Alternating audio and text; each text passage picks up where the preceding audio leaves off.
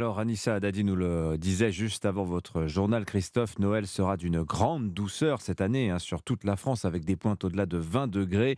Alors en revanche aux États-Unis, c'est un réveillon glacial qui s'annonce pour une partie significative du pays. Imaginez des températures qui chutent de plusieurs dizaines de degrés en moins d'une heure. Oui, en moins d'une heure. Le froid, la neige et le blizzard.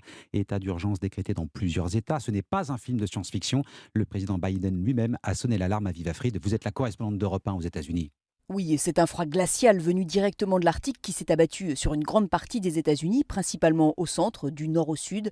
Un vortex polaire qui pourrait même entraîner une bombe cyclonique, c'est-à-dire une chute brutale de la pression atmosphérique pouvant provoquer de violentes tempêtes.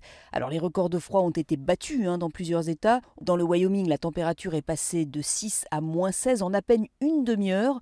Et à cause du vent, la température ressentie pourrait descendre jusqu'à -55. La ville de Chicago a déployé ses 287 saleuses dans les rues en prévision de fortes chutes de neige.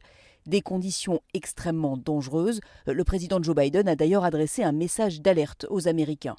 S'il vous plaît, prenez cette tempête très au sérieux. Je ne sais pas si votre patron vous laissera partir, mais si vous devez voyager, partez maintenant. Ce n'est pas une blague.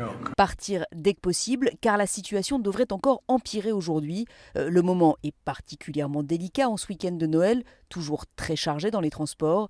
Hier, plus de 10 000 vols ont été retardés ou annulés à cause de la tempête. Aviva Fried, correspondante d'Europe 1 aux États-Unis. Moscou avertit Washington au lendemain de la rencontre Volodymyr Zelensky-Joe Biden. Aucun véritable appel à la paix. Les Américains poursuivent de facto une guerre indirecte avec les Russes, selon le porte-parole du Kremlin, Dmitri Peskov.